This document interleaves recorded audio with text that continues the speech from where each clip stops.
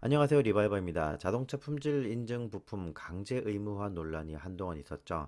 당시 많은 유튜버들과 소비자들의 거센 비판을 받은 끝에 유예하기로 됐습니다. 그러니까 이걸 아예 전면 시행하지 않는다는 게 아니고 일단은 후퇴했다는 겁니다. 그래서 이번 영상에서는 이 주제를 다뤄보도록 하겠습니다.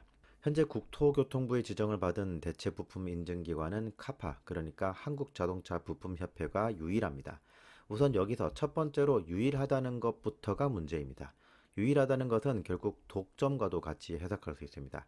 대체 부품의 인증 권한을 유일하게 가진 기관이라면 당연히 이 기관의 인증을 받기 위해 대체 부품 제조사에서는 무슨 짓을 써서라도 인증을 받아야겠죠. 현대차 기아가 아무리 국내에서 높은 점유율을 가졌다고 하더라도 그건 독점이라고 하지 않습니다.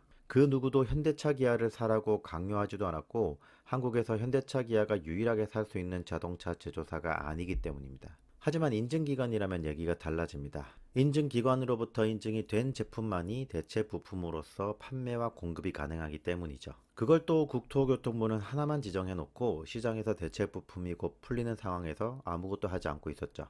그러니까 이 대체 부품 품질 인증기관도 최소 3개 이상 갖춰져야 적어도 경쟁 관계 구도가 형성이 되어 더 투명한 인증 심사 그리고 대체 부품이 더 확대되지 않을까 생각됩니다. 카파에 공개된 관련 법규 개정에 대해 살펴보면 자동차 제작자 등에서 출고된 자동차의 부품을 대체하여 사용할 수 있는 부품으로 국토교통부 장관이 정하는 기준에 따라 대체 부품의 성능 및 품질을 인증할 수 있음이라고 되어 있습니다. 그리고 이 대체 부품 인증 기간 지정 기준을 대체 부품 인증 업무에 필요한 조직과 인력을 보유할 것, 대체 부품 인증 업무에 필요한 설비와 그 설비의 작동에 필요한 환경 조건을 갖출 것, 대체 부품 인증 대상 분야별로 국토교통부 장관이 정하는 평가 항목, 평가 기준 및 평가 절차를 갖출 것.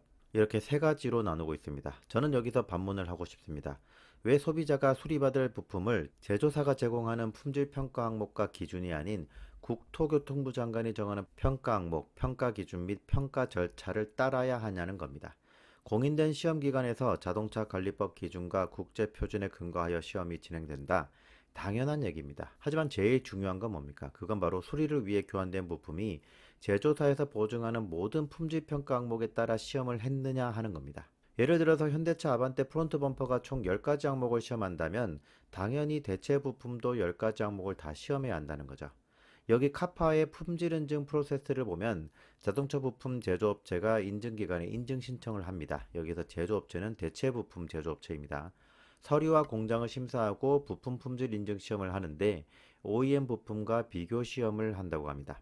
문제는 이 시험 항목들이 OEM 부품사에서 실행하고 있는 모든 실험을 하는 것인지 동일한 조건으로 하는 것인지를 알 수 없다는 거죠. 저는 이 부분에서 카파가 정말 신뢰와 투명성으로 부품 시장을 선도하고 싶다면 적어도 국내 제조사인 현대기아, KGM, 르노는 시험 항목을 전달받는다던가 혹은 사고 발생 시 수리비가 과해서 보험료가 높은 부품의 빅데이터 분석을 통해 해당 부품의 OEM 제조사로부터 시험 항목을 전달받는 최소한의 노력은 해야 한다고 봅니다. 카파는 이번 자동차 품질 인증 부품 강제 의무화 논란 이후 오해와 부정확한 정보를 바로잡고자 취지와 운영 방식 및 사실관계를 공지했는데요.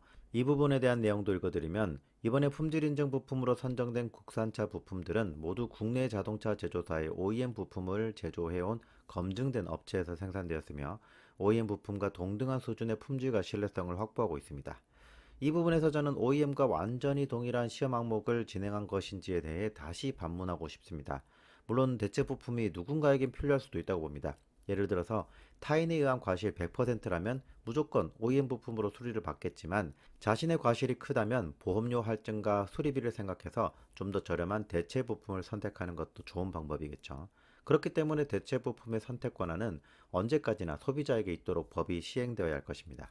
다만 이렇게 대체 부품이 장착된 차량에 대해서는 이후 이 차를 중고차로 인수하는 사람들을 위해서 이력 관리가 필요하지 않을까 생각도 해봅니다.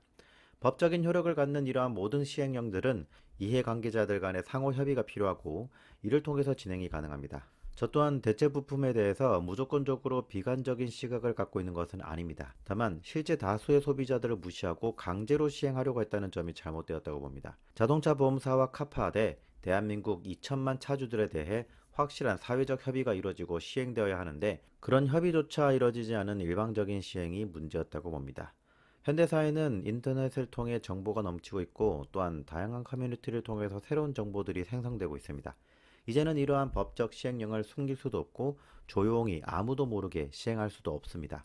뿐만 아니라 보험사에게 유리하도록 보험 약관을 복잡하게 하면 AI가 하나하나 소비자에게 불합리한 부분을 짚어낼 수 있는 시대인데 일방적이고 잘못된 소통이 화를 부른 게 아닐까 생각됩니다.